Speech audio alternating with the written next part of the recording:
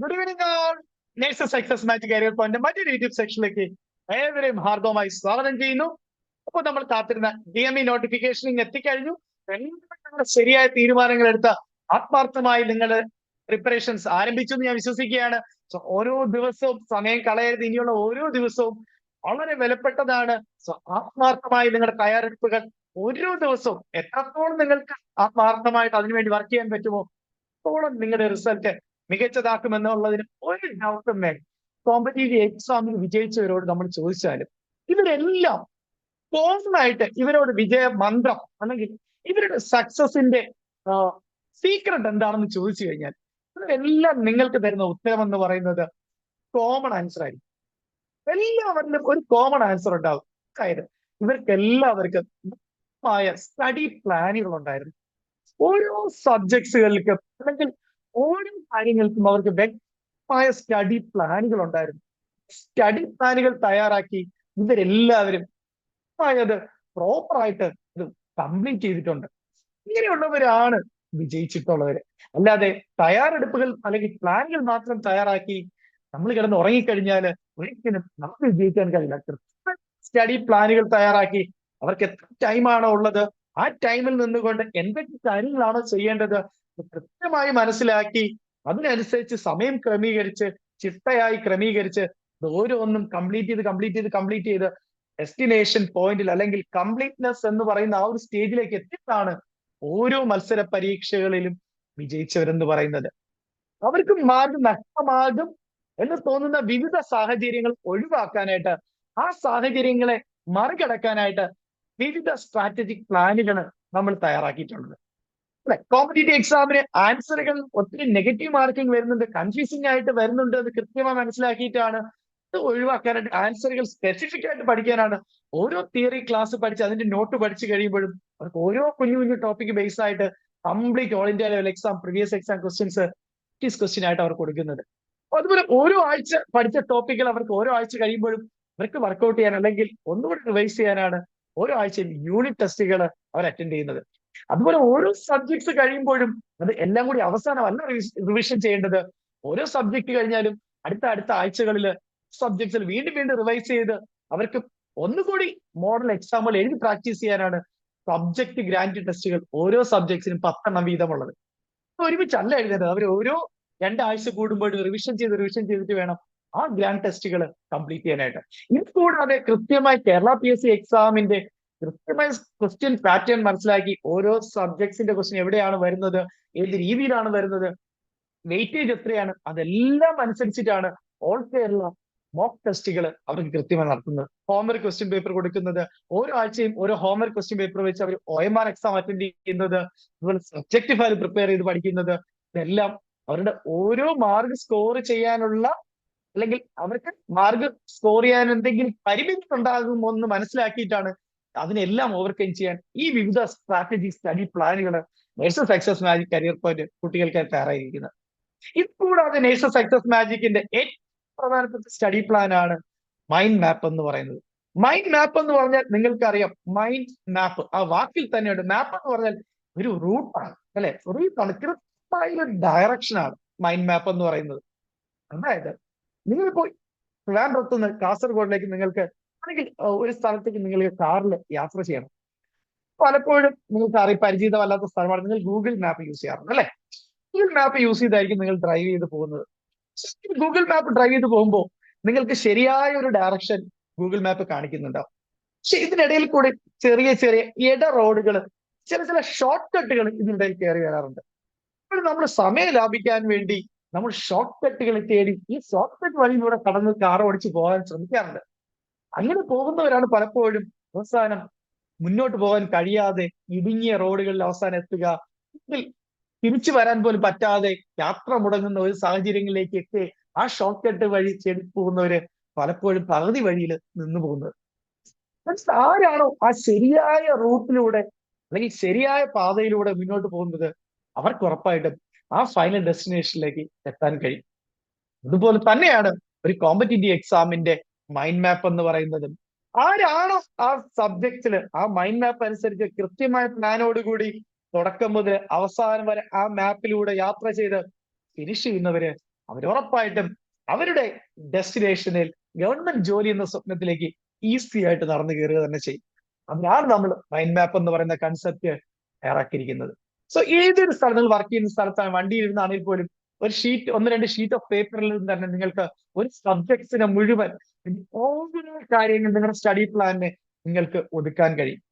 So എവിടെ ഇരുന്നാലും നിങ്ങൾക്കൊന്ന് ഒന്ന് ഓടിച്ചു നോക്കിക്കഴിഞ്ഞാൽ നിങ്ങൾക്ക് മനസ്സിലാവും ആ ഒരു സബ്ജക്റ്റില് ഞാൻ ഏതൊക്കെ ടോപ്പിക്കുകളാണ് പഠിച്ചിട്ടുള്ളത്, ഏതൊക്കെ ടോപ്പിക്കിന്റെ പ്രാക്ടീസ് ക്വസ്റ്റ്യൻ എത്ര ക്വസ്റ്റ്യൻ വെച്ചാണ് കംപ്ലീറ്റ് ചെയ്തിരിക്കുന്നത്, അത് എത്ര തവണ റിവിഷൻ ചെയ്തിട്ടുണ്ട്, യൂണിറ്റ് ടെസ്റ്റ് എത്ര കംപ്ലീറ്റ് ചെയ്തിട്ടുണ്ട്, എത്ര മോഡൽ എക്സാം ഞാൻ കംപ്ലീറ്റ് ചെയ്തിട്ടുണ്ട്, എത്ര റിവിഷൻ എക്സാം ഞാൻ കംപ്ലീറ്റ് ചെയ്തിട്ടുണ്ട്, LMR റിവിഷൻ ബൂസ്റ്റർ പോയിന്റ്സ് നമ്മൾ കംപ്ലീറ്റ് ചെയ്തിട്ടുണ്ട്, ഓവറോൾ ഇതെല്ലാം കംപ്ലീറ്റ് ചെയ്ത് റിവിഷൻ എത്ര തവണ പൂർത്തി, ഇതെല്ലാം കൃത്യമായിട്ട് ആ ഒരു മൈൻഡ് മാപ്പ് എന്ന് പറയുന്ന ആ ഒരു കൺസെപ്റ്റിൽ നിന്ന് തന്നെ നിങ്ങൾക്ക് കംപ്ലീറ്റ് ആയിട്ട് മനസ്സിലാക്കാൻ കഴിയും.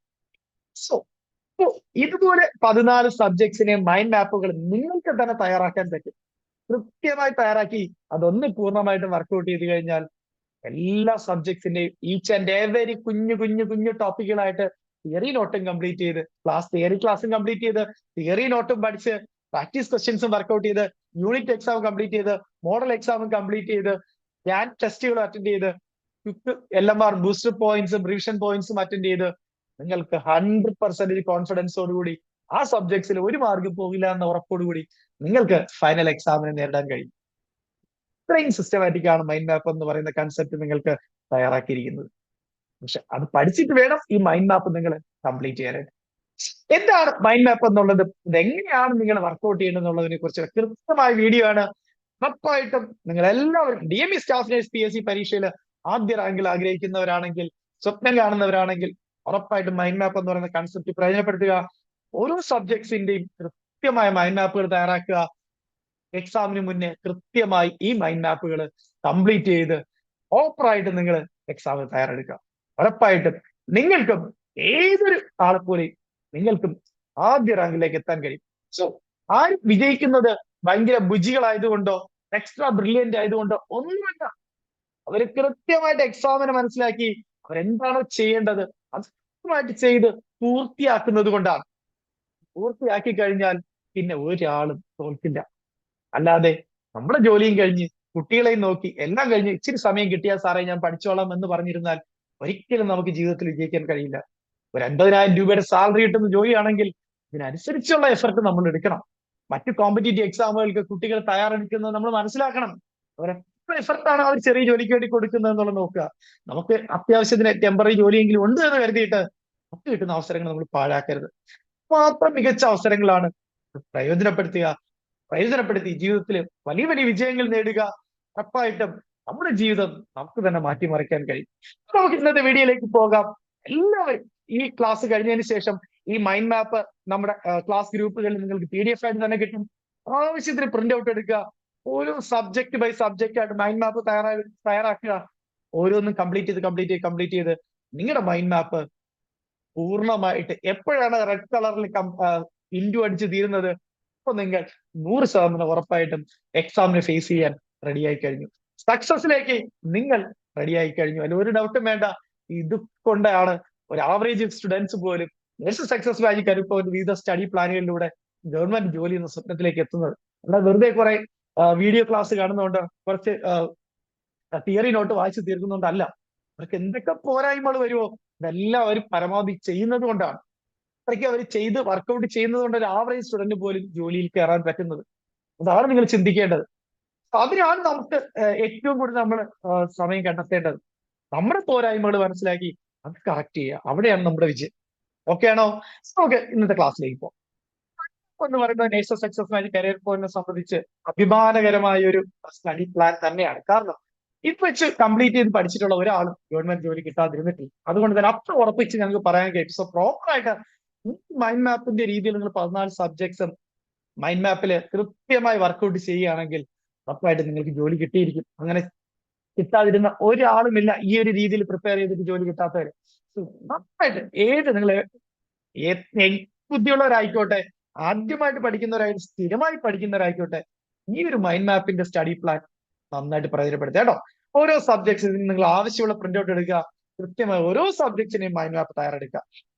മൈൻഡ് മാപ്പ് എന്ന് പറഞ്ഞാൽ നമ്മുടെ മനസ്സിൽ ആ ഒരു സബ്ജക്ട്സിന്റെ കംപ്ലീറ്റ് റൂട്ട് പാത, സബ്ജക്ട്സിന്റെ തിയറി ക്ലാസ് മുതൽ complete final grand revision test LMR point വരെയുള്ള മൈൻഡ് മാപ്പ് പിക്ചർ നമ്മുടെ മനസ്സിൽ ഉണ്ടാക്കണം. ആ ഒരു പാത്ത്, ആ ഒരു സബ്ജക്ട്സിന്റെ റൂട്ട് കൃത്യമായിട്ട് ഓരോ സബ്ജക്ട്സിന്റെ റൂട്ട് നമ്മുടെ മനസ്സിൽ ഇങ്ങനെ തെളിഞ്ഞു നിൽക്കണം.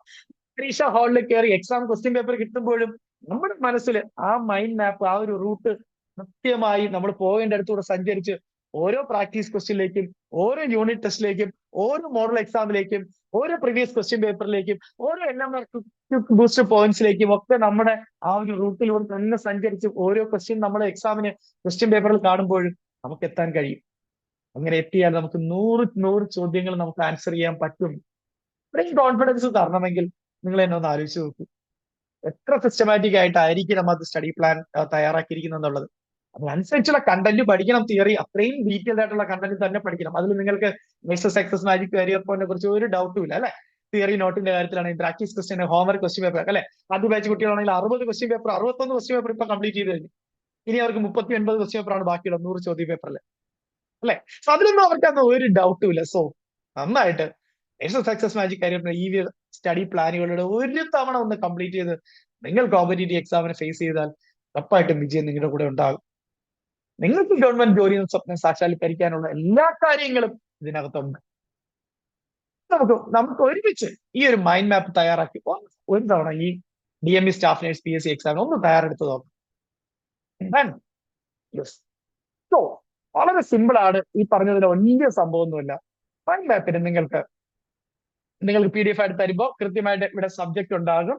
നമ്മുടെ സബ്ജക്ട് ഏതാണ്? ഇപ്പൊ ഫണ്ടമെന്റൽസ് ഓഫ് നഴ്സിംഗ് FON, ഇതിന്റെ ഡെമോ മാത്രമാണ് കേട്ടോ, അതുകൊണ്ടാണ് ഇവിടെ സബ്ജക്ട് എഴുതാനുള്ള ഒരു ഓപ്ഷൻ ഉണ്ടാകും. നിങ്ങൾക്ക് ഫണ്ടമെന്റൽസ് ഓഫ് നഴ്സിംഗ് എന്ന് എഴുതുക. നിങ്ങൾ പഠിക്കുന്ന സബ്ജക്ട് ഫണ്ടമെന്റൽസ് ഓഫ് നഴ്സിംഗ് ആണെങ്കിൽ ഫണ്ടമെന്റൽസ് ഓഫ് നഴ്സിംഗ് എന്ന ടോപ്പിക് സബ്ജക്ട് ഹെഡിങ് ആയിട്ട് ശരിക്കും ഇതിന്റെ കോളംസ് നോക്കാം. Topic, theory, practice question, unit test, subject exam, final revision exam, LMR booster points columns ആണ് ഇതിനകത്ത് വരുന്നത്. അപ്പൊ നിങ്ങൾ നോക്കുക, ഒരു സബ്ജക്ട്സ് പഠിക്കുമ്പോൾ ഇതിനകത്ത് ഓരോ യൂണിറ്റുകൾ തിരിച്ച് ഓരോ ടോപ്പിക്കുകളായിട്ട് എന്ത് ചെയ്യണം, നമ്മൾ തിരിക്കണം.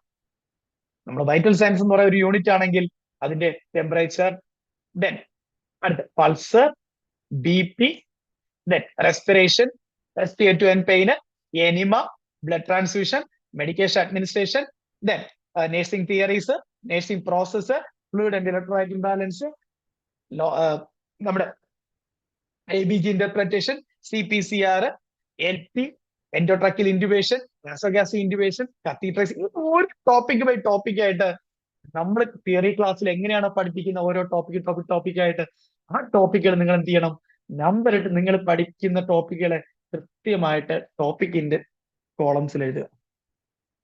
ഓക്കെ ആണോ? സോ നമ്മുടെ മെത്തേഡ് എന്ന് പറഞ്ഞാൽ അറിയാം, ഓരോ കുഞ്ഞു ടോപ്പിക്ക് പഠിച്ചു കഴിഞ്ഞാലും അതിന്റെ തിയറി നോട്ട് നിങ്ങൾക്ക് ആപ്ലിക്കേഷനിൽ തന്നെ അവൈലബിൾ ആണ്. അപ്പൊ ആ തിയറി ക്ലാസ്സും കഴിഞ്ഞ് ആ തിയറി നോട്ട് പഠിച്ചു കഴിഞ്ഞാൽ നിങ്ങൾക്ക് തിയറി ക്ലാസിന്റെ കോളം ടിക്ക് ചെയ്യാം.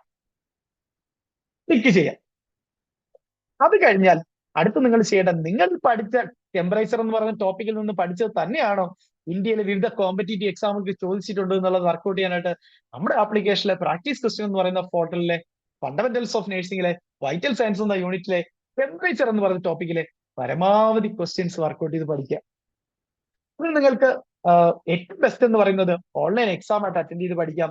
അല്ലെങ്കിൽ ക്വസ്റ്റ്യൻ സമയം കിട്ടാത്തവരാണെങ്കിൽ PDF വ്യൂ എടുത്തു കഴിഞ്ഞാൽ ക്വസ്റ്റ്യൻ ആൻസർ മാത്രമായിട്ട് കണ്ടുപഠിക്കാം. എങ്കിലും ഞാൻ പ്രിഫർ ചെയ്യുന്നത് ഒരു എക്സാം ആയിട്ട് അറ്റൻഡ് ചെയ്ത് പഠിക്കുക. കാരണം ഞാൻ ഇത്രയും പഠിച്ചതിൽ നിന്ന് എനിക്ക് ഈ സബ്ജക്റ്റിലെ ക്വസ്റ്റ്യനുകളെല്ലാം എനിക്ക് ആൻസർ ചെയ്യാൻ പറ്റുന്നുണ്ടോ? Nursing success magic career point ഈ ക്ലാസ് പഠിച്ചതിന് ശേഷം അല്ലെങ്കിൽ ഈ നോട്ട് പഠിച്ചിട്ട് ഇന്ത്യയിലെ നേഴ്സിംഗ് എക്സാമിൽ ചോദിച്ചുള്ള ഈ ഒരു ടെമ്പറേച്ചർ എന്ന് പറയുന്ന ടോപ്പിക്കിലെ ക്വസ്റ്റ്യനുകളെല്ലാം എനിക്ക് എന്ത് ചെയ്യാൻ കഴിയുന്നുണ്ടോ എന്നുള്ളത് ഞാൻ ഓൺലൈൻ എക്സാം ആയിട്ട് അറ്റൻഡ് ചെയ്ത് വർക്ക്ഔട്ട് ചെയ്യും. സോ അതിൽ എത്ര നെഗറ്റീവ് മാർക്ക് വന്നു, എത്ര ക്വസ്റ്റ്യൻ ആൻസർ ചെയ്തു, എത്ര കറക്റ്റ് ആൻസർ വന്നു, ഫൈനൽ എനിക്ക് എത്ര മാർക്ക് കിട്ടി എന്നുള്ളത് കൃത്യമായിട്ട് പ്രാക്ടീസ് ക്വസ്റ്റ്യൻ ആ ആൻസർ ഷീറ്റിൽ കിട്ടും. പിന്നെ വ്യൂ ആൻസർ ഷീറ്റ് കൊടുത്തു കഴിഞ്ഞാൽ 25 ക്വസ്റ്റ്യന്റെ നിങ്ങൾ കൊടുത്ത ആൻസറും അതിന്റെ ശരിയായിട്ടുള്ള ആൻസറും നിങ്ങൾക്ക് ആപ്ലിക്കേഷനിൽ കാണാൻ പറ്റും. അല്ലെ? സോ അപ്പൊ അത് 25 ക്വസ്റ്റ്യൻ നിങ്ങൾ പ്രോപ്പർ ആയിട്ട് കംപ്ലീറ്റ് നല്ല മാർക്ക് സ്കോർ ചെയ്യാൻ നിങ്ങൾക്ക് എന്ത് ചെയ്യാം, അവിടെ ഒരു ടിക്ക് കൊടുക്കും. ഓക്കെ ആണോ? നിങ്ങൾക്ക് അവിടെ പ്രോപ്പർ ആയിട്ട് മാർക്ക് കിട്ടിയില്ലെങ്കിൽ എന്ത് ചെയ്യണം? ഒന്നുകൂടി ആ ടെമ്പറേച്ചർ ടോപ്പിക് റിവൈസ് ചെയ്തിട്ട് ഒന്നുകൂടി ആ എക്സാം അറ്റൻഡ് ചെയ്യുക. എപ്പോഴാണ് നമ്മൾ 80% മുകളിൽ ആൻസറിലേക്ക് എത്തുന്നത്? അപ്പൊ നിങ്ങൾക്ക് എന്ത് ചെയ്യാം? അവിടെ ടിക്ക് കൊടുക്കാം. ഞാൻ പ്രാക്ടീസ് ക്വസ്റ്റ്യൻസ് ടെമ്പറേച്ചർ എന്ന് പറയുന്ന ടോപ്പിക്കിലെ പ്രാക്ടീസ് ക്വസ്റ്റ്യൻ കംപ്ലീറ്റ് ചെയ്തു. ഓക്കെ ആണോ? യെസ്. രണ്ടാമത് ഒരു പൾസ് ആണെന്ന് കരുതാം. പൾസിന്റെ തിയറി നോട്ട് പഠിച്ചു, അതും ഓൺലൈൻ എക്സാം ആയിട്ട് ഞാൻ അറ്റൻഡ് ചെയ്തു, പരമാവധി ക്വസ്റ്റ്യൻ വർക്ക്ഔട്ട് ചെയ്തു, ടിക്ക് കൊടുത്തു. അടുത്ത് BP, respiration, respiratory and pain. നമ്മൾ ഒരാഴ്ച പഠിച്ച ടോപ്പിക്കുകൾ എന്ന് കരുതുക. അപ്പൊ അത്രയും യൂണിറ്റ് തീരുമ്പോഴാണ് വൈറ്റൽ സയൻസ് എന്ന് പറയുന്ന ഒരു യൂണിറ്റ് കംപ്ലീറ്റ് ആവുന്നത്. അപ്പൊ ഒരാഴ്ച ആ കംപ്ലീറ്റ് ചെയ്ത യൂണിറ്റ് നമ്മൾ എന്ത് ചെയ്യും? നമ്മുടെ യൂണിറ്റ് ടെസ്റ്റ് എന്ന് പറയുന്ന ആപ്ലിക്കേഷനിലെ പുതിയ ഫോൾഡറായി യൂണിറ്റ് ടെസ്റ്റ് എന്ന് പറയുന്ന ഫോൾഡറിൽ പോയിട്ട് ഫണ്ടമെന്റൽസ് ഓഫ് നേഴ്സിംഗിലെ വൈറ്റൽ സയൻസിന്റെ 25 ക്വസ്റ്റ്യൻസിന്റെ യൂണിറ്റ് ടെസ്റ്റ് അറ്റൻഡ് ചെയ്യും. സോ യൂണിറ്റ് ടെസ്റ്റ് 25 ക്വസ്റ്റ്യനിൽ നമുക്കൊരു 80% മാർക്കിന് മുകളിൽ കിട്ടിയാൽ നമുക്ക് സാറ്റിസ്ഫൈഡ് ആണ്. ഞാൻ ഈ പഠിച്ചത് ഓക്കെ ആണ്. കാരണം എനിക്ക് 1-2 റിവിഷൻ കഴിയുമ്പോൾ ആ 80% 100% എത്തിക്കാൻ കഴിയും. എന്ത് ചെയ്യാം? നമുക്ക് ഫസ്റ്റ് ടിക്ക് യൂണിറ്റ് ടെസ്റ്റിലും കൊടുക്കാം. ഓക്കെ അല്ലേ? സോ അങ്ങനെ നമ്മൾ ഓരോ ടോപ്പിക്ക് നമ്മൾ പഠിക്കുന്ന തിയറി ക്ലാസ് പഠിക്കുന്നു, നമ്മൾ ടോപ്പിക്കിന്റെ കോളത്ത് എഴുതുന്നു, തിയറി നോട്ട് പഠിക്കുന്നു, പ്രാക്ടീസ് ക്വസ്റ്റ്യൻ കംപ്ലീറ്റ് ചെയ്യുന്നു. അങ്ങനെ കംപ്ലീറ്റ് ചെയ്ത് അത് കഴിയുമ്പോൾ യൂണിറ്റ് ടെസ്റ്റ് കംപ്ലീറ്റ് ചെയ്യുന്നു, ടിക്ക് ചെയ്യുന്നു. അങ്ങനെ യൂണിറ്റ് ടെസ്റ്റുകൾ ഒരു 4-5 യൂണിറ്റ് ടെസ്റ്റുകൾ കംപ്ലീറ്റ് ചെയ്യുമ്പോൾ ഒരു സബ്ജക്ട് കംപ്ലീറ്റ് ആവും. ഒരു സബ്ജക്ട് കംപ്ലീറ്റ് ചെയ്ത് കഴിഞ്ഞാൽ നമ്മൾ അടുത്ത് ചെയ്യാൻ പോകുന്നത്, നമ്മൾ ഓരോ സബ്ജക്ട്സിനും നിങ്ങൾക്ക് ആപ്ലിക്കേഷനിൽ സബ്ജക്ട് എക്സാം ഫോൾഡറിനകത്ത് ഓരോ ഫണ്ടമെന്റൽസ് ഓഫ് നേഴ്സിംഗ് ഓപ്പൺ ചെയ്താൽ 10 ഗ്രാൻഡ് ടെസ്റ്റുകളുണ്ട് സബ്ജക്റ്റിന്റെ. ഫണ്ടമെന്റൽസ് ഓഫ് നേഴ്സിംഗിന്റെ തന്നെ 10 സബ്ജക്ട്സ് എക്സാം ഉണ്ട്. ഓരോന്ന് 50 ക്വസ്റ്റ്യൻ വെച്ചിട്ടാണ്. അതിൽ 8 എക്സാമുകൾ എന്ന് പറയുന്നത് നിങ്ങൾ ഓരോ 2 ആഴ്ച കൂടുമ്പോൾ റിവിഷൻ ചെയ്ത് വേണം അറ്റൻഡ് ചെയ്യാനായിട്ട്. നിങ്ങൾ എല്ലാവരും ചെയ്യുന്നത് 14 സബ്ജക്ട്സും പഠിച്ചു തീർത്ത് അവസാനം റിവിഷൻ ചെയ്യായിരിക്കും. മണ്ടത്തരമാണ്. അങ്ങനെ ചെയ്യരുത്. കാരണം ആദ്യം പഠിച്ച സബ്ജക്ട്സിൽ അപ്പൊ നിങ്ങൾക്ക് പുതിയ സബ്ജക്ട്സ് പോലെ തോന്നും. അങ്ങനെ ചെയ്യരുത്. ഓരോ 2 ആഴ്ച കൂടുമ്പോൾ റിവിഷൻ ചെയ്തിട്ട് മോഡൽ എക്സാമുകൾ കംപ്ലീറ്റ് ചെയ്യുക. അങ്ങനെ ആദ്യത്തെ 8 സബ്ജക്ട് എക്സാം നിങ്ങൾ ഗ്രാൻഡ് ടെസ്റ്റുകൾ നിങ്ങൾ കംപ്ലീറ്റ് ചെയ്യണം. വീണ്ടും ഒരു 2 ഫൈനൽ റിവിഷൻ എക്സാംസ് ഉണ്ട്. ഈ ഫൈനൽ റിവിഷൻ എക്സാം നമ്മൾ എന്താണ് ചെയ്യുന്നത്? ഈ 14 സബ്ജക്ട്സും പഠിച്ചു കഴിഞ്ഞിട്ടുള്ള 2 മാസത്തെ റിവിഷൻ പ്ലാനിലാണ് ഈ 2 മോഡൽ എക്സാം നമ്മൾ കംപ്ലീറ്റ് ചെയ്യുന്നത്. കാരണം നിങ്ങൾക്ക് revision exam plus revision exam ഉണ്ട് റിവിഷൻ പ്ലാനിനകത്ത്. അപ്പോഴാണ് നമ്മൾ ഈ 2 എക്സാമും ചെയ്യേണ്ടത് കംപ്ലീറ്റ് ചെയ്തിട്ട്. അപ്പൊ 10 സബ്ജക്ട് എക്സാം കംപ്ലീറ്റ് ചെയ്യുമ്പോൾ തന്നെ നിങ്ങൾ കംപ്ലീറ്റ്ലി സാറ്റിസ്ഫൈഡ് ആവും. നിങ്ങൾ നന്നായിട്ട് തറവാകും ആ സബ്ജക്ട്. ഇനിയും കഴിയുന്നില്ല, നിങ്ങൾക്ക് അവസാനം നമ്മുടെ റിവിഷൻ പ്ലാനിനകത്ത് ഓരോ ടോപ്പിക്കിന്റെയും LMR ക്വിക്ക് ബൂസ്റ്റർ പോയിന്റ്സ്, അതായത് ഓരോ ഇപ്പൊ ടെമ്പറേച്ചർ ആണ് നമ്മൾ ടോപ്പിക് എടുക്കുക. ടെമ്പറേച്ചറിൽ നിന്നുള്ള 1 ലൈനർ ആണ്. അത് ഓരോ കേന്ദ്ര ഗവൺമെന്റ് ഉൾപ്പെടെയുള്ള MSc പോസിറ്റീവ്സ് എല്ലാ എക്സാമുകളുടെയും 1 ലൈനർ പ്രീവിയസ് എക്സാം ക്വസ്റ്റ്യൻസ് മാത്രമടങ്ങിയ 1 ലൈനർ LMR ബൂസ്റ്റർ പോയിന്റ്സ് നിങ്ങൾക്ക് തരും. അത് നിങ്ങൾ വർക്ക്ഔട്ട് ചെയ്തിട്ട് ഓരോന്ന് ടിക്ക് ചെയ്ത് പോകണം. ഈ LMR ക്വിക്ക് ബൂസ്റ്റർ പോയിന്റ്സ് പഠിച്ചാൽ തന്നെ നിങ്ങൾക്ക് ഉറപ്പായിട്ടും ഞാൻ എഴുതി ഒപ്പിട്ട് തരും 50% മുകളിൽ മാർക്ക് DME PSC പരീക്ഷയിൽ സ്കോർ ചെയ്യാൻ കഴിയും. അത്രയും സിസ്റ്റമാറ്റിക് ആണ് LMR ക്വിക്ക് ബൂസ്റ്റർ പോയിന്റ്സ് തയ്യാറാക്കിയിരിക്കുന്നത്. നിങ്ങൾ ഓൾറെഡി കണ്ടിട്ടുണ്ട് ഫണ്ടമെന്റൽസിന്റെ ഒക്കെ. അതൊരു 50% മാത്രമേ ഉള്ളൂ. ഇപ്പൊ ഫുൾ ടോപ്പിക് വൈസ് തന്നെ നമ്മൾ ഓരോ പ്രീവിയസ് ക്വസ്റ്റ്യൻ പേപ്പറിലെയും ക്വസ്റ്റ്യൻസ് നമ്മൾ ഓൺലൈനറിൽ തയ്യാറാക്കിയിരിക്കുകയാണ്. അത് മാത്രം വായിച്ചാലും നിങ്ങൾക്ക് ഉറപ്പായിട്ടും ഞാൻ എഴുതി ഒപ്പിട്ട് തരും അടുത്ത കേരള PSC DME പരീക്ഷയിൽ ആ LMR ക്വിക്ക് ബൂസ്റ്റർ പോയിന്റ് മാത്രം പഠിച്ചാലും വായിച്ചുകൊണ്ട് പോയാലും നിങ്ങൾക്ക് 50% മാർക്ക് കിട്ടിയിരിക്കും. അത്ര മാത്രം സിസ്റ്റമാറ്റിക് ആയിട്ട് തയ്യാറാക്കിയിട്ടുള്ള കണ്ടന്റ് ആണ്. അല്ലെ, അത്രമാത്രം വർക്ക് ചെയ്തിട്ടുണ്ട് ഞങ്ങൾ അതിന് പുറകിൽ. കഴിഞ്ഞ കുറെ വർഷങ്ങളുടെ എക്സ്പീരിയൻസിൽ നിന്നുള്ള, നിങ്ങൾ കഴിഞ്ഞ അറിയാം ജനുവരി മുതൽ ഞങ്ങൾ ഇതിന്റെ പ്ലാനിലായിരുന്നു. അപ്പോൾ മുതൽ ഞങ്ങൾ പറയുന്നുണ്ട് ഈ വർഷം ഇതാണ് നിങ്ങൾക്ക് തരാൻ പോകുന്ന കാര്യങ്ങൾ. ഒരു ടെൻഷൻ ഇത്തവണ നിങ്ങൾക്ക് ആർക്കും വേണ്ട. അതുകൊണ്ടാണ് നമ്മൾ ഫാസ്റ്റ് ആയിട്ട് തിയറി പഠിച്ചത്, അല്ലേ? യെസ്. അപ്പോ ഈ ഒരു രീതിയിൽ വേണമെങ്കിൽ മൈൻഡ് മാപ്പ് തയ്യാറാക്കാൻ. അപ്പൊ ഇത് നിങ്ങൾക്ക് ഒരു 5 പേജൊക്കെ വേണമെങ്കിൽ തയ്യാറെടുക്കുക. കാരണം നമുക്ക് ഫണ്ടമെന്റൽസ് ഓഫ് നേഴ്സിംഗിൽ തന്നെ നമുക്ക് 40 ടോപ്പിക്കോളം ഉണ്ട്, അല്ലെ? 40 കുഞ്ഞു പ്രീവിയസ് എക്സാം ക്വസ്റ്റ്യൻ വരും ടോപ്പിക് ഉണ്ട്. നിങ്ങൾക്ക് അതിന് 10 ടോപ്പിക്കിനകത്തും ക്രാഷ് കോഴ്സ് എന്നൊക്കെ പറഞ്ഞ് പഠിക്കാൻ കഴിയും. അങ്ങനെ പഠിക്കുന്നതൊക്കെ മണ്ടത്തരമാണ്, റിസ്ക് ആണ്. അങ്ങനെയൊക്കെ അല്ലെങ്കിൽ മെഡ് സർജി മാത്രം ഇന്ന് കുത്തിയിരുന്ന് പഠിച്ച് സമയം കളയുന്നവരുണ്ട്. മണ്ടത്തരമാണ്. മെഡ് സർജി മാത്രം എന്ന് പറയാം. മെഡ് സർജി ആണ് ഈ കഴിഞ്ഞ കുറെ എക്സാമുകളിൽ ഏറ്റവും കുറച്ച് മാർക്ക് കിട്ടിക്കൊണ്ടിരിക്കുന്നത്. എത്ര നിങ്ങൾ ആവശ്യമില്ല സമയം കളഞ്ഞ് വെറുതെ ബാക്കിയുള്ള സബ്ജക്ട്സുകൾ നിങ്ങൾക്ക് സമയം നഷ്ടപ്പെടുത്തുമോ? അങ്ങനെ കുറെ തെറ്റിദ്ധാരണകൾ കുട്ടികൾക്ക് ഉണ്ടാവുന്നുണ്ട്. മെഡ് സർജറി അല്ല നിങ്ങളുടെ റാങ്ക് തീരുമാനിക്കുന്ന സബ്ജക്റ്റുകൾ. അതിന് കൊടുക്കുന്ന സമയം എന്ന് പറയുന്നത് നിങ്ങൾക്ക് അവസാനം മറ്റു സബ്ജക്ട്സുകൾക്ക് മാർക്ക് നഷ്ടപ്പെടുത്തരുത്. പലരും വിഷമങ്ങൾ വിളിച്ച് പറഞ്ഞതുകൊണ്ടാണ് ഇതൊക്കെ നിങ്ങളുടെ തെറ്റുകളാണ് തിരുത്താൻ പറയുന്നത്. വീണ്ടും വീണ്ടും വീണ്ടും തെറ്റുകൾ വന്ന് ഓരോ എക്സാം കഴിയുമ്പോൾ ഇങ്ങനെ തോൽവിയിലേക്ക് പോകരുത്. ഓരോ കോച്ചിങ് സെന്ററുകൾ തേടി തേടി ഇങ്ങനെ പോകേണ്ടി വരരുത്. ഒരു ഡിസിഷൻ ആയിരിക്കണം, ഒറ്റ സ്ട്രാറ്റജി പ്ലാൻ ആയിരിക്കും, അത് പ്രോപ്പറായിട്ട് വർക്ക്ഔട്ട് ചെയ്യുക, റാങ്ക് ലിസ്റ്റിലെത്തുക, ജോലി മേടിക്കുക. ഇതായിരിക്കണം നമ്മുടെ ലക്ഷ്യം. 40 ടോപ്പിക്ക് നമ്മൾ നമ്പർ 8 ടോപ്പിക്കിൽ എഴുതുന്നു, തിയറി നോട്ട് കംപ്ലീറ്റ് അത് ടിക്ക് ചെയ്ത് പോകുന്നു, പ്രാക്ടീസ് ക്വസ്റ്റ്യൻ കംപ്ലീറ്റ് ചെയ്യുമ്പോൾ അത് ടിക്ക് ചെയ്യുന്നു, യൂണിറ്റ് ടെസ്റ്റ് കംപ്ലീറ്റ് ടിക്ക് ചെയ്യുന്നു, സബ്ജക്ട് എക്സാം കംപ്ലീറ്റ് ചെയ്യുന്ന അനുസരിച്ച് ടിക്ക് ചെയ്യുന്നു, final revision exam complete tick ചെയ്യുന്നു. ഇതെല്ലാം മാർക്ക് പോയിന്റ്സ് പഠിച്ചു കഴിയുമ്പോൾ അത് ഓരോ ടോപ്പിക്കും ടിക്ക് ചെയ്യുന്നു. ഇനി ഇത് കഴിഞ്ഞില്ല, ഇത് റിവിഷൻ ടൈം ഉണ്ട് അല്ലെ. നമുക്ക് എന്തായാലും റിവിഷൻ വേണം, 2 റൗണ്ട് റിവിഷൻ വേണം. ഈ 2 റൗണ്ട് റിവിഷൻ നിങ്ങൾ ചെയ്യേണ്ടത് എന്താണെന്ന് ചോദിച്ചാൽ, നമ്മൾ പണ്ട് ഈ നമ്മുടെ സ്കൂൾ സമയത്തൊക്കെ നമ്മൾ പഠിക്കുന്ന സമയത്ത് ടൈം ടേബിൾ നമ്മളിങ്ങനെ ക്രോസ് ചെയ്യും അല്ലെ, ക്രോസ് ചെയ്യും. എങ്ങനെയാ ക്രോസ് ചെയ്യുന്നത്? നമ്മൾ ചെയ്യുന്നതെന്ന് പറഞ്ഞാൽ ആദ്യത്തെ ഫസ്റ്റ് റൗണ്ട് കഴിയുമ്പോൾ നമ്മൾ ആദ്യം ഇങ്ങനെ ഒരു വെട്ട് കൊടുക്കും അല്ലെ. ഇത് ഇങ്ങനെ വെട്ടിയിടുന്നത് ഒരു റൗണ്ട് കഴിയുമ്പോഴാണ്. ഇനി അടുത്ത റിവിഷൻ കഴിയുമ്പോൾ 2ാമത്തെ റൗണ്ട് കഴിയുമ്പോൾ ഇങ്ങനെ നമ്മൾ ക്രോസ് ചെയ്യും.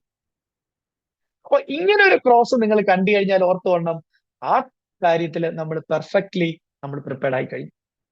നിങ്ങൾ എവിടെയൊക്കെ ഇൻഡ് കണ്ടോ ആ ഇൻഡ് കണ്ടാൽ ഓർത്തുകൊണ്ടും ആ കാര്യത്തിൽ നമ്മൾ പെർഫെക്റ്റ്ലി ഓക്കെയാണ്. ഇങ്ങനെ ഈ ഒരു മൈൻഡ് മാപ്പ് മുഴുവൻ ഇൻഡു കാണണം. അപ്പോഴാണ് നിങ്ങൾ പൂർണ്ണമായിട്ടും 100% nurse success magic career point study plan അനുസരിച്ച് നമ്മൾ എക്സാമിനെ ഫേസ് ചെയ്യാൻ റെഡി ആയിരിക്കുന്നത്. അപ്പൊ നിങ്ങളുടെ മൈൻഡ് മാപ്പുകളെല്ലാം ഇങ്ങനെ റെഡ് കളറിൽ ഇൻഡു ഇൻഡു ഇൻഡു എന്ന് അറിഞ്ഞ് നിങ്ങൾ എന്നത് കംപ്ലീറ്റ് ചെയ്യോ അന്ന് ആ സബ്ജക്ട്സ് നിങ്ങൾ 100% മാർക്ക് സ്കോർ ചെയ്യാൻ റെഡി ആയി കഴിഞ്ഞു. ഇതിൽ കൂടുതൽ ഞങ്ങൾ എങ്ങനെ നിങ്ങളെ പഠിപ്പിച്ചു തരേണ്ടത് അല്ലെ, ഇതിൽ കൂടുതൽ എങ്ങനെയാണ് നമ്മൾ മോട്ടിവേറ്റ് ചെയ്യേണ്ടത്, ഇത്രയും കാര്യങ്ങൾ നമ്മൾ ചെയ്ത് ഇത് നിങ്ങളൊന്ന് ടിക്ക് ചെയ്ത് കളിച്ചാൽ മാത്രം മതി. ടിക്ക് ചെയ്ത് കളിച്ചാൽ മതി എന്നല്ല, അത് പ്രോപ്പറായിട്ട് പഠിച്ചിട്ട് ഈ ടിക്ക് നിറച്ചാൽ മതി, നിങ്ങൾ ജോലിയിൽ കയറിയിരിക്കും. എല്ലാവരും ചെയ്യോ? എല്ലാവരും ഇതുപോലെ മൈൻഡ് മാപ്പ് പ്രിന്റ് ഔട്ട് ആവശ്യത്തിന് പ്രിന്റ് ഔട്ട് എടുത്തിട്ട് ഓരോ സബ്ജക്ട്സിനെ തയ്യാറാക്കി കംപ്ലീറ്റ് ചെയ്ത് ഞങ്ങൾ കാണിച്ചു തരുമോ? ഓരോ കോളവും കംപ്ലീറ്റ് ചെയ്തിട്ട് ഇത് കാണുമ്പോൾ ഞങ്ങൾക്ക് സാറ്റിസ്ഫാക്ഷൻ ആണ്, നിങ്ങൾ റെഡി ആയി. ഒരു കാര്യം കൂടെ ഓർപ്പിക്കാം, നമുക്ക് മെഡിക്കൽ സർജിക്കൽ നഴ്സിംഗിൽ നമുക്ക് ഇങ്ങനെ ചിലപ്പോൾ ചെയ്യുന്നതിനേക്കാളും കുറച്ചുകൂടെ നല്ല ഓരോ സിസ്റ്റം വൈസ് നിങ്ങൾക്ക് മൈൻഡ് മാപ്പ് തയ്യാറാക്കിയാൽ കുറച്ചുകൂടെ നല്ലതായിരിക്കും. നിങ്ങൾക്ക് വേണമെങ്കിൽ മെഡിക്കൽ സർജിക്കൽ നഴ്സിംഗ് മാത്രം നിങ്ങൾക്ക് മൈൻഡ് മാപ്പ് തയ്യാറാക്കാം. കുറച്ചുകൂടി ബെറ്റർ എനിക്ക് തോന്നുന്നു ഓരോ സിസ്റ്റം വൈസ് തയ്യാറാക്കുന്നതായിരിക്കും. കാരണം നിങ്ങൾക്കറിയാം നമ്മുടെ ക്ലാസ്സുകൾ എന്ന് പറയുന്ന ഓരോ സിസ്റ്റം വൈസ് എടുത്തിട്ട് അതിനകത്ത് ഓരോ ടോപ്പിക്കിലാണ് അല്ലെ. ഓരോ ഇതെടുത്തിട്ട് anatomy and physiology, cardiovascular system ആണ്, അനാട്ടമി ആൻഡ് ഫിസിയോളജി നമ്മൾ പഠിക്കും, ECG പഠിക്കും, കണ്ടക്ഷൻ സിസ്റ്റം ഓഫ് ഹാർട്ട് നമ്മൾ പഠിച്ചതിന് ശേഷമേ നമ്മൾ ഓരോ ടൈപ്പ് ഡിസീസ് കണ്ടീഷനിലേക്ക് കയറുള്ളൂ അല്ലെ. Arterial disease, venous disease, peripheral vascular disease, പിന്നെ വാൽവുലാർ ഡിസീസസ്, അങ്ങനെ ഓരോ ടൈപ്പിലേക്കായിരിക്കും നമ്മൾ പിന്നെ പോകുന്നത്. അങ്ങനെ തയ്യാറാക്കിയാൽ കുറച്ചുകൂടെ നല്ലതായിരിക്കും എന്നാണ് എനിക്ക് തോന്നുന്നത് മെഡിക്കൽ സർജിക്കലിന്റെ കാര്യത്തിൽ മാത്രം. കാരണം നമ്മൾ ആപ്ലിക്കേഷനിലും മെഡിക്കൽ സർജിക്കലിന്റെ ഫോട്ടോകളെല്ലാം വ്യത്യസ്തമാണ്. അവിടെ ഒരു സിസ്റ്റം വൈസ് വീണ്ടും പിന്നെ ടോപ്പിക്കുകളായിട്ടാണ് നമ്മൾ പ്രാക്ടീസ് ക്വസ്റ്റ്യൻ ആഡ് ചെയ്തിരിക്കുന്നത്. അനാട്ടമി ഫിസിയോളജിയുടെ അകത്ത് ഓരോന്നിനെ കുറിച്ച് നമ്മൾ പ്രാക്ടീസ് ക്വസ്റ്റ്യൻസ് ഇട്ടിട്ടുണ്ട്. ഇപ്പൊ ഉദാഹരണം പറയാം, മസ്കുലോസ്കെലിറ്റൽ സിസ്റ്റത്തിൽ ആദ്യം ബോൺസിനെ കുറിച്ച് ഇട്ടിട്ടുണ്ട്, അടുത്ത് സ്കള്ളിനെ കുറിച്ച് ഇട്ടിട്ടുണ്ട്, മസിൽസിനെ കുറിച്ച് ഇട്ടിട്ടുണ്ട്. അങ്ങനെ ഓരോന്ന് അനാട്ടമി മാത്രമായിട്ട് തന്നെ തിയറി നോട്ടും പ്രാക്ടീസ് ക്വസ്റ്റ്യനും ഓരോന്നിനും ടോപ്പിക് ആയിട്ടുണ്ട്. അപ്പൊ നിങ്ങൾ മൈൻഡ് മാപ്പ് അതിനനുസരിച്ച് തയ്യാറാക്കുന്നതായിരിക്കും നല്ലത് അല്ലെ. ഇതിനെ കുറച്ചുകൂടി ബെറ്റർ മെഡ് സർജിന്റെ കാര്യത്തിൽ മാത്രമാട്ടോ, ബാക്കി ഒന്നിലും ഈ പ്രശ്നം വരില്ല. ആ ടോപ്പിക്കായിട്ട് കംപ്ലീറ്റ് ചെയ്യാം. കാരണം നമുക്ക് PSC സിലബസിൽ കാർഡിയോവാസ്കുലർ സിസ്റ്റം മാത്രമേ ഉള്ളൂ. അതിനകത്ത് എന്ത് പഠിക്കണമെന്ന് പറഞ്ഞു തരുന്നിടത്താണ് ഒരു കോച്ചിങ് സെന്റർ വിജയം എന്ന് പറയുന്നത്. ഈ കാർഡിയോവാസ്കുലർ സിസ്റ്റത്തിനകത്ത് എന്തൊക്കെ കോമ്പറ്റീറ്റീവ് എക്സാം ചോദിക്കും, അതിന് ഞാൻ എന്തൊക്കെ ടോപ്പിക്കുകളാണ് പഠിക്കേണ്ടത്, അത് പറഞ്ഞു തരികയാണ് ഏറ്റവും ഒരു കോച്ചിങ് സെന്ററിന്റെ ധർമ്മം എന്ന് പറയുന്നത്. അതുകൊണ്ടാണ് നമ്മൾ ഓരോ കുഞ്ഞു ടോപ്പിക്കായിട്ട് അനാട്ടമി ആൻഡ് ഫിസിയോളജി എല്ലാം തിരിച്ചിട്ട് അവസാനം ഡിസീസ് കണ്ടീഷൻ ആയിട്ട് ഇട്ടേക്കുന്നത്. ഓരോന്നും തിയറി നോട്ടും പ്രാക്ടീസ് ക്വസ്റ്റിനും ഒക്കെ. അപ്പൊ അത് ഓരോന്നും കംപ്ലീറ്റ് ചെയ്യുന്നതനുസരിച്ച് ടിക്ക് ചെയ്ത് പോകുന്നതല്ലേ നല്ലത്. അപ്പോഴല്ലേ നമുക്ക് കുറച്ചുകൂടെ സാറ്റിസ്ഫാക്ഷൻ കിട്ടുള്ളൂ. അങ്ങനെ ഒന്നും ചെയ്യട്ടെ മെഡ് സർജിയുടെ കാര്യത്തിൽ മാത്രം, ബാക്കിയെല്ലാം നമുക്ക് ഓവറോൾ സബ്ജക്ട്സിന്റെ ഓരോ കുഞ്ഞു ടോപ്പിക്കായിട്ട് നമ്മൾ ആഡ് ചെയ്താൽ മാത്രം മതി. ചെയ്യാമോ? ഒരു തവണ ഈ ഒരു DME സ്റ്റാഫിനെ PSC പരീക്ഷയ്ക്ക് മാത്രം ഇങ്ങനെ ഒന്ന് തയ്യാറെടുക്കാമോ? ഇതുപോലെ 14 മൈൻഡ് മാപ്പ് ഒന്ന് റെഡ് കളർ കംപ്ലീറ്റ് ആയാൽ നിങ്ങൾ ഉറപ്പിച്ചോളൂ, നിങ്ങൾ അടുത്ത DME റാങ്ക് ലിസ്റ്റിൽ ആദ്യ റാങ്കിൽ ഉണ്ടാവും. അതിലൊരു ഡൗട്ടും വേണ്ട, അല്ലേ? കാരണം ഇതിനപ്പുറത്ത് എന്ത് പഠിക്കാനാണ്? എല്ലാ രീതിയിലും നമ്മൾ പഠിക്കുന്നുണ്ട്, എല്ലാ ടൈപ്പ് ക്വസ്റ്റ്യൻ പഠിക്കുന്നുണ്ട്. ഇതിനപ്പുറത്തൊന്നും നമ്മൾ പിന്നെ പഠിക്കേണ്ട കാര്യമില്ല. ഓക്കെ ആണോ? റെഡിയാണോ? ചെയ്യുമോ? ഒരു തവണ, ഒരേ ഒരു തവണ ഈ ഒരു പ്ലാനിൽ പഠിക്കുമോ? യെസ്. അപ്പൊ നമ്മുടെ DME സ്റ്റാഫ് നേഴ്സ് PSC പരീക്ഷയുടെ ഫസ്റ്റ് ബാച്ച് ക്ലാസ് നമ്മൾ December 13 ആരംഭിക്കുകയാണ്. നിങ്ങൾക്ക് ആത്മാർത്ഥമായിട്ട് ഓരോ ദിവസവും സമയം കളയാതെ ഇനിയും എത്രയും പെട്ടെന്ന് ജോയിൻ ചെയ്ത് പഠിക്കുക. വീണ്ടും സമയം എന്ന് പറയുന്നത് വളരെ ഇമ്പോർട്ടന്റ് ആണ്. റിവിഷന്റെ സമയം ആവശ്യത്തിന് നിങ്ങൾ എടുക്കണം. പ്രോപ്പറായിട്ട് പ്രിപ്പയർ ചെയ്യുക. നിങ്ങൾക്ക് 3 തവണയായിട്ട് ഫീസ് അടയ്ക്കാം. നമ്മുടെ പഴയ കുട്ടികളാണെങ്കിൽ 7,500 ആണ് ഫീസ് എക്സാം വരെ.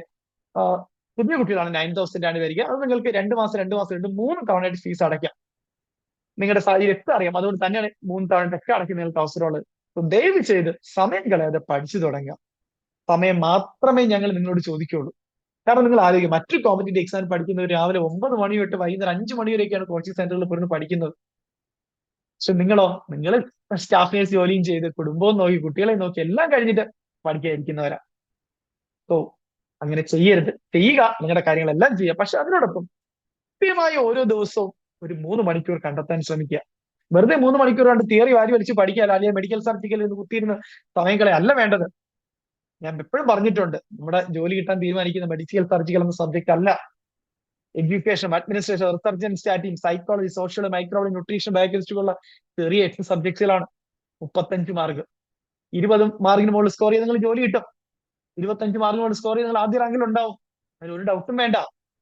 കഴിഞ്ഞ ദിവസത്തിൽ വന്ന റിസൾട്ടുകളൊക്കെ നോക്കുക. സോ നന്നായിട്ട് പ്ലാൻ ചെയ്ത് തയ്യാറാക്കി മനസ്സിലാക്കി പഠിക്കുക. അല്ലെ ആരെങ്കിലും പറഞ്ഞു തരുന്ന കേട്ട് അത് അതുപോലെ വിഴുങ്ങുകയല്ല വേണ്ടത്. എക്സാമ്പിൾ നമ്മൾ മനസ്സിലാക്കുക, അത് മനസ്സിലാക്കി നമ്മൾ തീരുമാനിക്കുക, ഇത് ഞാൻ പഠിച്ചാൽ മതിയോ ആ കോമ്പറ്റേറ്റീവ് എക്സാം ക്വസ്റ്റ്യൻസ് ആൻസർ ചെയ്യാൻ. അല്ലാതെ ആരെങ്കിലും എന്തെങ്കിലും പറയുന്നത് അതുപോലെ എടുത്ത് വിഴുങ്ങല്ല ചെയ്യേണ്ടത്. സാറ് പറഞ്ഞു നേറിഞ്ഞ് സാറ് പറയുന്നത് അതുപോലെ വിഴുങ്ങല്ല വേണ്ടത്. ഇത് മാത്രം ചെയ്യുക അല്ല വേണ്ടത്. ക്വസ്റ്റ്യൻ പേപ്പറുകൾ, കഴിഞ്ഞ 9 PSC എക്സാം നടന്ന ക്വസ്റ്റ്യൻ പേപ്പർ നന്നായിട്ട് വായിക്കുക. അത് ആൻസർ ചെയ്യണമെങ്കിൽ ഞാൻ എന്ത് ചെയ്യണം? ഈ പറഞ്ഞ പോലെ വെറുതെ തിയറി വായിച്ചാൽ മതിയോ? നെഗറ്റീവ് മാർക്ക് വരെ OMR എക്സാം എഴുതണോ? റിവിഷൻ ചെയ്യണോ? പ്രോപ്പറായിട്ട് പ്രാക്ടീസ് ക്വസ്റ്റ്യൻ വർക്ക്ഔട്ട് ചെയ്യണോ? അതോ വെറുതെ ഇരുന്ന് ഒരു തിയറി ക്ലാസ് അറ്റൻഡ് ചെയ്താൽ മതിയോ? നമ്മൾ തീരുമാനിക്കണം. കഴിഞ്ഞ എക്സാമ്പിളിൽ വിജയിച്ചവരോട് ചോദിച്ച് മനസ്സിലാക്കണം. അങ്ങനെ ചോദിച്ചൊരു ശരിയായ തീരുമാനം എടുത്ത് പഠിക്കുക. ഒരേ ഒരു തവണ ഞാൻ നിങ്ങളോട് റിക്വസ്റ്റ് ചെയ്യാണ്, ഇത്രയധികം സ്റ്റഡി പ്ലാനുകൾ നിങ്ങൾക്ക് തരുന്നുണ്ട്. ഒന്ന് nurses success magic career point ഇത്രയും സ്റ്റഡി പ്ലാൻ ഒരു തവണ ഒന്ന് കംപ്ലീറ്റ് ചെയ്ത് അറ്റൻഡ് ചെയ്യും. ഞാൻ വീണ്ടും ആവർത്തിക്കാം, 50% നമ്മുടെ പുതിയ ആപ്പിൽ, അപ്ഡേറ്റഡ് ആപ്പിലെ 50% നിങ്ങൾ പ്രയോജനപ്പെടുത്തിയാൽ നിങ്ങൾക്ക് ആദ്യ റാങ്കിൽ ലഭിക്കും. മാത്രം നിങ്ങൾക്ക് വേണ്ടി പ്രിപ്പയർഡ് ആണ്, സിസ്റ്റമാറ്റിക് പ്ലാൻഡ് ആണ്. എല്ലാ കാര്യങ്ങളും, തിയറി നോട്ട് ആയിക്കോട്ടെ, ടോപ്പിക് പ്രാക്ടീസ് ക്വസ്റ്റ്യൻ ആയിക്കോട്ടെ, യൂണിറ്റ് ടെസ്റ്റുകൾ ആയിക്കോട്ടെ, സബ്ജക്ട് എക്സാമിലാട്ടെ, ഗ്രാൻഡ് ടെസ്റ്റുകൾ ആയിക്കോട്ടെ, മോക്ക് ടെസ്റ്റുകൾ ആയിക്കോട്ടെ, പ്രീവിയസ് എക്സാം ക്വസ്റ്റ്യൻ പേപ്പറുകൾ 100 ആയിക്കോട്ടെ, OMR എക്സാം സീരീസ് ആയിക്കോട്ടെ, റിവിഷൻ പ്ലാൻ ആയിക്കോട്ടെ, NCLEX ക്വസ്റ്റ്യൻസ് ആയിക്കോട്ടെ, എല്ലാം ക്വിക്ക് ബൂസ്റ്റർ പോയിന്റ്സ്, അത് മാത്രം പഠിച്ചാൽ പോയി നിങ്ങൾക്ക് ജോലി കിട്ടും. ഇത്രയും സിസ്റ്റമാറ്റിക് അറേഞ്ച് ചെയ്തിട്ടുണ്ടെങ്കിൽ പിന്നെ എന്തിനാണ് നിങ്ങൾ പേടിക്കുന്നത്? ഒന്ന് കംപ്ലീറ്റ് ചെയ്ത് നിങ്ങൾ സമയം കൊടുത്ത് നിങ്ങളത് കംപ്ലീറ്റ് ചെയ്ത് തവണ എക്സാം എഴുതി ഞങ്ങൾക്ക് വേണ്ടുന്ന എക്സാം എഴുതും, നിങ്ങൾക്ക് ജോലി കിട്ടും. ഞങ്ങൾക്ക് വേണ്ടി നിങ്ങൾ എക്സാം എഴുതും, നിങ്ങൾക്ക് ജോലി കിട്ടും. നിങ്ങളുടെ ലൈഫ് സെറ്റിൽ ആവും. അപ്പൊ ഞങ്ങൾ ഹാപ്പി ആവും. ഞാൻ കൂടുതൽ റിസൾട്ടുകൾ കാണിക്കാൻ പറ്റും. ആ സന്തോഷം നിങ്ങൾ വിളിച്ചറിയിക്കുമ്പോൾ സന്തോഷമാണ് ഞങ്ങൾക്കുണ്ടാവുക. അല്ലെ? കഴിഞ്ഞ കാലങ്ങളിലൊക്കെ നിങ്ങൾക്കറിയാം. അപ്പൊ നന്നായിട്ട് പഠിക്കുക, നന്നായിട്ട് പ്രാർത്ഥിക്കുക, വ്യക്തമായ സ്റ്റഡി പ്ലാനുകൾ തയ്യാറാക്കുക, മൈൻഡ് മാപ്പ് എന്ന് പറയുന്ന കൺസെപ്റ്റ് മാക്സിമം പ്രയോജനപ്പെടുത്തുക. സോ നിങ്ങൾക്ക് ഇതിന്റെ മൈൻഡ് മാപ്പിന്റെ PDF നമ്മുടെ ഗ്രൂപ്പിൽ കിട്ടുന്നതാണ്. സോ ആരെങ്കിലും ഗ്രൂപ്പിൽ ജോയിൻ ചെയ്തിട്ടുണ്ടെങ്കിൽ നമ്മുടെ കമന്റ് ബോക്സിൽ ഗ്രൂപ്പ് ലിങ്ക് ഉണ്ട്, അല്ലെങ്കിൽ നമ്മൾ വാട്സ്ആപ്പ് മെസ്സേജ് അയച്ചാൽ മതി. ഉറപ്പായിട്ടും ഗ്രൂപ്പിൽ ആഡ് ചെയ്യുന്നതായിരിക്കും. ഒത്തിരി മോഡൽ എക്സാമുകളൊക്കെ ഫ്രീ മെറ്റീരിയൽസും ഒത്തിരി ഫ്രീ ക്ലാസ്സിലും ഒക്കെ നിങ്ങൾ ലഭിക്കുന്നതാണ്. അപ്പൊ ആരെങ്കിലും നമ്മുടെ വാട്സ്ആപ്പ് ഗ്രൂപ്പുകളിലും നമ്മുടെ യൂട്യൂബ് ചാനൽ, ഇൻസ്റ്റാഗ്രാം പേജ് ഒക്കെ സബ്സ്ക്രൈബ് ചെയ്യാത്തവരോ ഫോളോ ചെയ്യാത്തവരുണ്ടോ ഉറപ്പായിട്ടും സബ്സ്ക്രൈബ് ചെയ്യുക. ഒരിക്കലും നിങ്ങൾക്ക് നഷ്ടമാവില്ല. നമ്മുടെ ആപ്ലിക്കേഷൻ ഇത്തവണ 100% DME staff nurse PSC exam എഴുതുന്ന കുട്ടികൾ പ്രയോജനപ്പെടുത്തിയിരിക്കും. കാരണം അത്രയും സിസ്റ്റമാറ്റിക് ആണ്. അടുത്ത ജോലി കിട്ടാൻ പോകുന്ന മുഴുവൻ പേരും നമ്മുടെ nurses success magic career point correct ഉപയോഗിച്ചിരിക്കും. അതിനു വേണ്ടിയുള്ള കാര്യങ്ങൾ, അവർക്ക് ഒത്തിരി ഫ്രീ കാര്യങ്ങൾ പോലും ഒരുപാടുണ്ട്. ഫ്രീ കാര്യങ്ങൾ പോലും അതുപോലും നിങ്ങൾക്ക് പ്രയോജനപ്പെടുത്തിയാൽ നിങ്ങൾ നല്ല മാർഗങ്ങളിലേക്ക് എത്തും. നന്നായിട്ട് തീരുമാനങ്ങൾ എടുക്കുക. നേരത്തെ ജോലി കിട്ടിയ ഒരു ആവറേജ് സ്റ്റുഡന്റിനോട് ചോദിക്കുക, നിങ്ങൾക്ക് nurses success magic career point പഠിച്ചിട്ട് ഈ സ്ട്രാറ്റജികളിലൂടെ നല്ലൊരു റാങ്കിലേക്ക് എത്താൻ കഴിയുമോ, അല്ലെങ്കിൽ കഴിഞ്ഞോ? അത് ചോദിച്ച് മനസ്സിലാക്കി മാത്രമേ നിങ്ങൾ തിരഞ്ഞെടുക്കാവൂ. അല്ലാതെ വേറെ ഒന്നും നിങ്ങൾ ചോദിക്കുക. ഒരു ആവറേജ് സ്റ്റുഡന്റിന് ഈ പ്ലാനുകളിലൂടെ പഠിച്ചാൽ നിങ്ങൾക്ക് ജോലി ലഭിക്കുമോ? അത് മാത്രമാണ് നിങ്ങളുടെ ഡിസിഷൻ എടുക്കാനുള്ള ഏറ്റവും മെയിൻ ചോദ്യം എന്ന് പറയുന്നത്. അതിന് നിങ്ങൾക്ക് കൃത്യം ഉത്തരം കണ്ടുപിടിക്കാൻ കഴിഞ്ഞാൽ നിങ്ങളുടെ തീരുമാനം ശരിയാവും. സോ നിങ്ങളുടെ ഒരു തീരുമാനം എന്ന് പറയുന്നത് ശരിയായ തീരുമാനം എന്നാണ് നിങ്ങളെ ഗവൺമെന്റ് നഴ്സിംഗ് ഓഫീസർ ജോലിയിലേക്ക് എത്തിക്കും. നിങ്ങൾ ഒരു ഡൗട്ടും വേണ്ട. തെറ്റായ ഒരു തീരുമാനം എടുത്തു കഴിഞ്ഞാൽ പിന്നെ തിരിച്ചു വരാനായിട്ടുള്ള സമയം ഈ DME PSC എക്സാമിലില്ല. കാരണം മാക്സിമം ഒരു 6 മാസമേ നമുക്ക് നമ്മുടെ മുന്നിലുള്ളൂ. സോ ഒരു തെറ്റിലേക്ക് പോയി പിന്നെ തിരിച്ചു വന്ന് പഠിച്ച് ആ ഒരു ട്രാക്കിലേക്ക് വരാനുള്ള സമയം വളരെ കുറവാണ്. So ദയവ് ചെയ്ത് ഇന്ന് ജോയിൻ ചെയ്ത് പഠിക്കാൻ പറ്റും. ഇന്ന് തൊട്ട് തന്നെ പഠിച്ചു തുടങ്ങുക. ഓരോ ദിവസവും നിങ്ങൾക്ക് ഇനി വിലപ്പെട്ടതാണ്. സമയം സിസ്റ്റമാറ്റിക്കായിട്ട് ക്രമീകരിക്കുക. തിയറി പഠിക്കാൻ ഇത്ര സമയം, പ്രാക്ടീസ് ക്വസ്റ്റ്യൻ വർക്ക്ഔട്ട് ചെയ്യാൻ ഇത്ര സമയം, ക്വസ്റ്റ്യൻ പേപ്പർ വർക്ക്ഔട്ട് ചെയ്യാൻ ഇത്ര സമയം, then റിവിഷൻ ചെയ്യാൻ എല്ലാ ദിവസവും നമ്മൾ കുറച്ചെങ്കിലും പഴയ ക്ലാസ്സിൽ റിവിഷൻ ചെയ്യണം. ഇതിങ്ങനെ ഈക്വൽ ആയിട്ട് 4 കൊടുത്തു നോക്കൂ. നിങ്ങൾക്ക് നല്ല രീതിയിൽ ഇത് പ്രോപ്പറായിട്ട് കംപ്ലീറ്റ് ചെയ്യാൻ പറ്റും. അല്ലാതെ തിയറി പഠിച്ചിട്ട് ഞാൻ അടുത്ത് ക്വസ്റ്റ്യൻ ചെയ്യാം, ക്വസ്റ്റ്യൻ കഴിഞ്ഞ് ഞാൻ ക്വസ്റ്റ്യൻ പേപ്പർ വർക്ക്ഔട്ട് ചെയ്യാം, അത് കഴിഞ്ഞിട്ട് ഞാൻ റിവിഷൻ ചെയ്യാം, അത് കഴിഞ്ഞിട്ട് ഞാൻ മോഡൽ എക്സാം ചെയ്യാം, നടക്കില്ല. എല്ലാം ഈക്വൽ ആയിട്ട് കൊണ്ടുപോകണം. OMR എക്സാം എഴുതിയ തന്നെ മൈനസ് മാർക്ക് കുറയ്ക്കണം. പറ്റുമോ? ചെയ്യുമോ ഒരു തവണ? ഓക്കെ, ഉറപ്പായും ചെയ്യുക. എങ്കിൽ നിങ്ങൾക്ക് വിജയമുണ്ടാകും. So all the best.